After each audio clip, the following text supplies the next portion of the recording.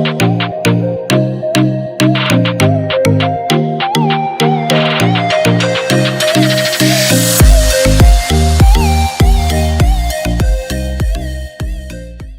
Hey guys, this is Ayush Gaur and हम लोग start करने जा रहे हैं जावा की एक नई सीरीज, जिसके अंदर हम लोग सीख रहे होंगे कि जावा के इम्प्लीमेंटेशंस कैसे करते हैं। साथ में जावा पे based data structures and algorithms भी हम लोग देख रहे होंगे।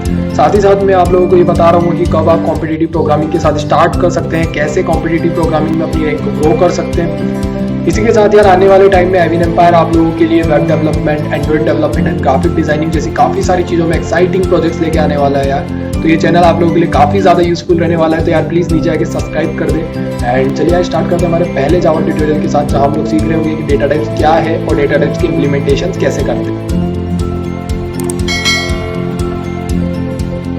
तो यार डेटा टाइप्स होती क्या चीज़ है? तो अगर डेटा टाइप्स की हम लोग बात करें तो डेटा का type is a basic meaning for data type. भी डेटा किस टाइप का होने वाला है ये कंप्यूटर को बताना ज़रूरी होता है, क्योंकि जब हमारा सिस्टम इसके ऊपर रन कर रहा होता है, ऑपरेशंस परफॉर्म कर रहा होता है, तो यार वो ऑपरेशंस अपने इन डेटा टाइप्स के हिसाब से अरेंज करता है। क्योंकि अगर आप लोग प्लस साइन की बात करेंगे तो इंटीजर्स के लिए प्लस का मीनिंग और ऑपरेशन अलग होता है, और वहीं पे आप अगर स्ट्रिंग्स की बात करेंगे तो स्ट्रिंग के लिए एक ऑपरेशन अलग परफॉर्म करता है। इंटीजर्स के अंदर वो उसका एडिशन कर रहा होता है प्लस के साथ, वहीं पे स्ट्रिंग के अंदर वो उनको कॉन्केटिनेट कर रहा होता है। तो यार इसीलिए डेटा टाइप्स बनाए गए ताकि हम लोग कंप्यूटर सिस्टम को ये बता सकें कि आपको एक्चुअली में क्या ऑपरेशन परफॉर्म करना है। अच्छा यार, डेटा टाइप्स कितने टाइप के होते हैं? तो डेटा टाइप्स दो टाइप के होते हैं। पहला डेटा टाइप होता है प्रिमिटिव डेटा टाइप और दूसरा होता है non primitive data type. Primitive data type वो डेटा टाइप है जिसे जावा ने हमारे लिए ऑलरेडी डिफाइन करके रखा है ताकि हम उन्हें डायरेक्टली यूज़ कर सकें। नॉन प्रिमिटिव डेटा टाइप वो डेटा टाइप है जिसे हम खुद डिफाइन करते हैं ड्यूरिंग द प्रोग्राम ताकि हम उसे यूज़ कर सकें। अच्छा, एक नॉन प्रिमिटिव डेटा टाइप ऐसा है जिसे जावा ने ऑलरेडी हमें डिफाइन करके दिया है, और वो है स्ट्रिंग। स्ट्रिंग बेसिक इम्प्लीमेंटेशन में काफ़ी ज़्यादा यूज़ होता है, इसीलिए उसे जावा ने ऑलरेडी डिफाइन करके दिया है हमें, बट स्टिल याद रहे कि वो एक नॉन प्रिमिटिव डेटा टाइप है। Other non primitive data type कौन कौन से? तो यार एरे हो गया है, ये सब आपके नॉन प्रिमिटिव डेटा टाइप्स के अंदर आते हैं। वहीं पे अगर हम लोग बात करें कि यार अनदर प्रिमिटिव डेटा टाइप्स कौन कौन से, तो यार प्रिमिटिव डेटा टाइप के अंदर इंटीजर आता है, लॉन्ग आता है, शॉर्ट आता है, बाइट आता है, फ्लोट आता है, डबल आता है, कैरेक्टर आता है, बुलियन आता है। ये सब यार आपके प्रिमिटिव डेटा टाइप्स के अंदर आते हैं। अब हम लोग बात कर लेते हैं कि यार इन प्रिमिटिव डेटा टाइप्स या नॉन प्रिमिटिव डेटा टाइप्स को कैसे डिफाइन करते हैं और उनके ऊपर कैसे ऑपरेशंस परफॉर्म करते हैं, और साथ ही हम लोग ये देखेंगे कि कैसे किसी भी चीज़ को प्रिंट करवाया जाता है या कैसे किसी इनपुट को यूजर से लिया जाता है। तो यार शुरू करते हैं हमारे इसके इम्प्लीमेंटेशन के साथ। तो यार मैं इक्लिप्स आईडी यूज़ करने वाला हूँ। इक्लिप्स आईडी के अंदर मेरे पास पहले से डिफाइंड एक ट्यूटोरियल है, तो मैं उसी को यूज़ करने वाला हूँ। तो मैंने यहाँ पे अपना पुराना वाला प्रोजेक्ट ओपन कर दिया है, और इस पुराने वाले प्रोजेक्ट के अंदर मैं पहले सारी चीज़ें हटा देता हूँ यार, जो चीज़ आपको ऑलरेडी करनी होती है कोड। तो मैं आप लोगों को बता दूँ कैसे क्या कर रहे होते हैं हम लोग। तो यार सबसे पहले आप लोगों को ये लाइन लिखनी होती है, public static void main string and then arguments. उसके बाद में यार हम लोग सबसे पहले कमेंट करना सीख लेते हैं कि कैसे कमेंट कर रहे होते हैं हम जावा के अंदर। तो कमेंट करने के लिए यार कुछ नहीं करना होता, सिर्फ आपको दो स्लैश लगाने होते हैं और फिर आप अपना कमेंट स्टेटमेंट लिख सकते हैं। तो इसी के साथ हम लोग सीख लेते हैं यार कैसे किसी चीज़ को प्रिंट करवा रहे होते हैं और कैसे उससे सेम लाइन में प्रिंट कराते हैं और कैसे उसे न्यू लाइन में प्रिंट करवाते हैं। तो सेम लाइन में प्रिंट कराने के लिए यार आप लोग यूज़ कर रहे होते हैं system dot out dot println use नहीं करते आप लोग यहाँ पे, system dot out dot print use कर रहे होते हैं आप। और सेम लाइन के अंदर प्रिंट कर रहा है नहीं कर रहा है, तो उसके लिए आपको 2-3 बार से कॉपी पेस्ट मारना पड़ेगा। तो अब मैं इसको आपको रन करके दिखा देता हूँ यार। तो जब हम रन कर रहे हैं इस चीज़ को, तो देख रहे हैं आप सारे ये एक लाइन के अंदर आ रहे हैं। तो उन सभी एक लाइन के अंदर आने का मीनिंग ये है यार कि आप सारे आउटपुट एक ही लाइन में दे दे रहे हैं, राइट। अब मैं बात कर लेता हूँ यार कि अगर मुझे इन सबको अलग अलग लाइन में प्रिंट करवाना होता तो मैं क्या करता।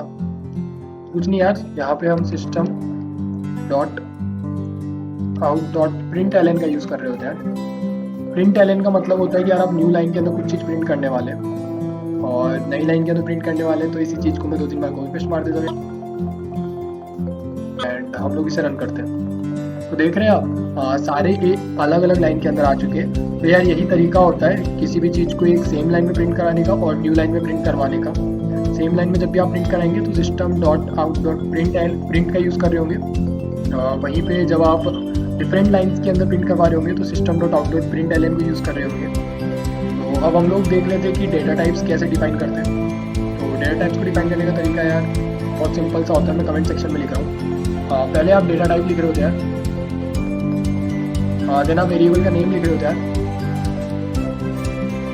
और फिर उसको आप कुछ वैल्यू असाइन करवा रहे होते हैं। लास्ट में एक सेमीकोलन आता है। सेमीकोलन ये बताता है कि आपने वहाँ पर स्टेटमेंट को एंड कर दिया है। तो सेमीकोलन लगाना ना भूलिए जब भी आप किसी स्टेटमेंट को लिख रहे हो।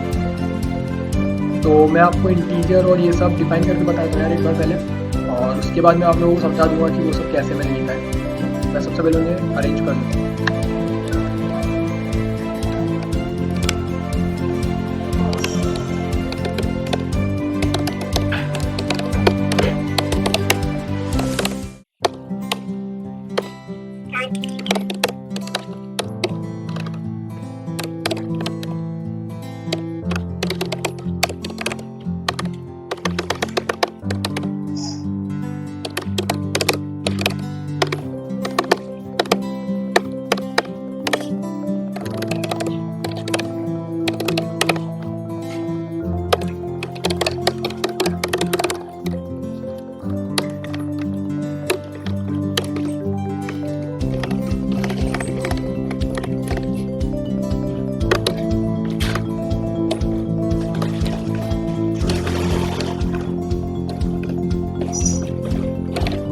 तो यार मैंने यहाँ पे सारी चीज़ इम्प्लीमेंट कर दी है। अब मैं एक बार इसको रन करके बताता हूँ आप लोगों को यार।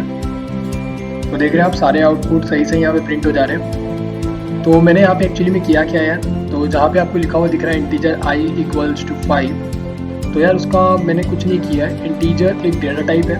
तो जैसा कि मैंने आपको कहा सबसे पहले आप डेटा टाइप लिख रहे होते हैं। तो जैसा कि आप देख सकते हैं सबके अंदर मैंने पहले integer, long, short, byte, float ये सब चीज़ें लिखी है जो कि डेटा टाइप्स हैं। उसके आगे मैंने कोई एक कैरेक्टर यूज़ किया है और वो एक्चुअली में कैरेक्टर नहीं है, वो एक्चुअली में उस वेरिएबल का नेम है। आप कुछ भी नेम दे सकते हैं यार। उसकी जगह पे मैंने I, L, S, B, C, F, D और B भी यूज़ किया है, बट आप उसकी जगह कुछ भी यूज़ कर सकते थे। एंड फिर उसके आगे मैंने इक्वल्स टू साइन यूज़ करके उसे एक वैल्यू असाइन करवाई है। तो इंटीजर, लॉन्ग, शॉर्ट, बाइट को मैंने न्यूमेरिकल वैल्यू दे दी यार। वहीं पे जब हम कैरेक्टर्स की बात करते हैं तो उसको सिंगल क्वार्ट्स के अंदर एक कैरेक्टर देना होता है, तो मैंने वो करा यार। देन फ्लोट के अंदर मैंने फ्लोट की एक वैल्यू लिखी है एंड देन f को यूज़ किया है, क्योंकि जब भी आप फ्लोट लिख रहे होते हैं तो जावा के अंदर ये ज़रूरी होता है कि आप f लगाएं लास्ट में, ताकि कंप्यूटर सिस्टम को ये पता चल सके कि आप फ्लोट वैल्यू को यूज़ कर रहे हैं। देन मैंने उसको डबल वैल्यू दिया है और डबल को वैल्यू असाइन करवाई है।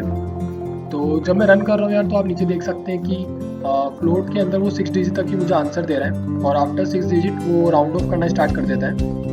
और जब आप डबल की बात करते हैं तो डबल के अंदर यार वो आपको सारा आउटपुट दे रहा होता है, जितना भी आपने वैल्यूज़ लिखी है वो सब कुछ आपको प्रिंट करके देता है। तो यही तरीका होता है यार आप किसी भी डेटा टाइप को कैसे डिफाइन करते हैं और उसको कैसे प्रिंट करवा रहे होते हैं। अब देख लेते हैं कि अगर हमें यही डेटा टाइप्स यूज़र से लेने होते हैं, अगर हम चाहते हैं कि इन सब की वैल्यू यूज़र हमें असाइन करके देता है, तो हम कैसे कर रहे होते हैं।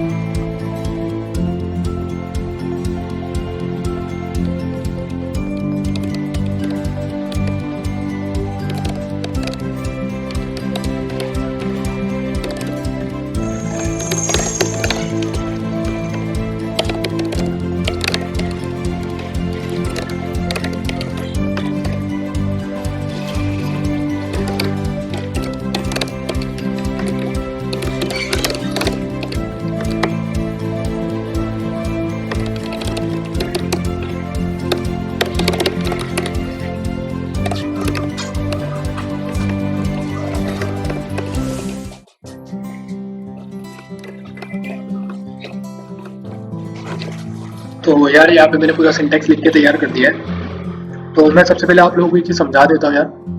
तो scanner SC is equals to new scanner system dot in, इसका मतलब होता है कि यार आप यूज़र से इनपुट लेने वाले हैं। आप स्कैनर क्लास का यूज़ करके यूज़र से इनपुट लेते हैं। तो इस स्कैनर को हमें डिफाइन करने की ज़रूरत होती है। साथ ही में मैं आप लोगों को बताया तो यार कि जब आप स्कैनर लगा रहे होते हैं तो आपको एक इम्पोर्ट करवाना पड़ता है अपनी फाइल के अंदर, और वो इम्पोर्ट होता है इम्पोर्ट java.util.scanner का। तो इस इंपोर्ट को कराने के बाद और इस लाइन को लिखने के बाद आपको जब भी इंटीजर वैल्यू यूज़र से चाहिए हो तो आप लोग यूज़ करते हैं sc.next इंटीजर, और जब आप लॉन्ग वैल्यू लेने वाले होते हैं तो उसे यूज़ करते हैं आप लोग sc.next long। सिमिलरली आप sc.next double, sc.next float, sc.next short and sc.next byte का यूज़ कर सकते हैं।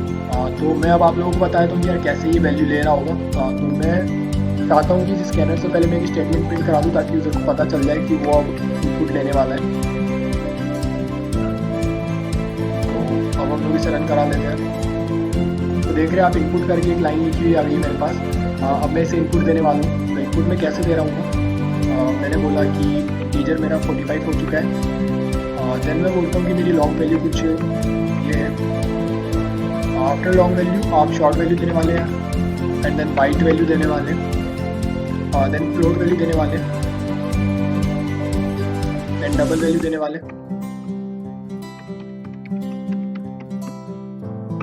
एंड आप लोग देख सकते हैं जो जो इनपुट मैंने इसे दिए वो सारे इनपुट इसने करेक्टली प्रिंट करवा दिया।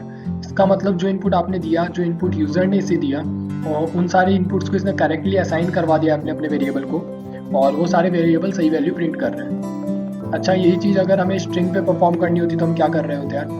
तो जब हम स्ट्रिंग की बात करते हैं तो स्ट्रिंग के अंदर दो तरीके बनते हैं, मैं आपको दोनों बताया दूँ। तो string S is equals to new string sorry S C dot next. तो यहाँ पे यार स्ट्रिंग जब भी आप डिफाइन करते हो तो एस कैपिटल होना चाहिए स्ट्रिंग का। साथ ही में जब भी आप सिस्टम लिख रहे होते हो या स्कैनर लिख रहे होते हो तो उसका भी एस कैपिटल होना चाहिए। तो अब हम लोग इसे रन करा लेते हैं। तो ये मुझसे एक इनपुट मांग रहा है स्ट्रिंग के नाम पे, तो मैं इनपुट देना चाहता हूँ कि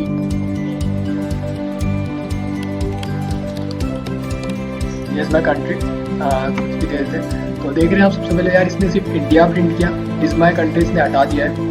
तो जब मैं ऐसा क्यों कर रहा है यार ये, तो ऐसा इसलिए हो रहा है कि जब भी आप नेक्स्ट वर्ड यूज़ करते हो इसका मतलब होता है कि आपका वो पहला वर्ड उठा के लेके आएगा। एंड जब आपका पहला स्पेस एग्जिस्ट कर जाता है उसके बाद में वो कुछ भी इनपुट नहीं ले रहा होता है। तो जब आप चाहते हैं कि अपना पूरा स्टेटमेंट आप वहाँ पे लेके आए तो आप नेक्स्ट की जगह यूज़ करें तो नेक्स्ट लाइन, और इससे आपका ये एरर रिजॉल्व हो जाएगा यार।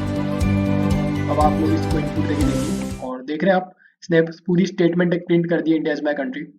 तो यार यही कुछ तरीके होते हैं कि कैसे आप डेटा टाइप को इम्प्लीमेंट कर रहे होते हैं और कैसे डेटा टाइप को प्रिंट करवाते हैं। साथ ही हम लोगों ने देखा कि कैसे डेटा टाइप को यूज़र डिफाइंड वे में लेके आते हैं, कैसे यूज़र हमें इनपुट देता है और हम उसे प्रिंट करवा रहे होते हैं। तो इस वीडियो के लिए इतना यार, हम लोग मिलते हैं अगले ट्यूटोरियल के अंदर जहाँ हम लोग सीख रहे होंगे टाइप कास्टिंग के बारे में।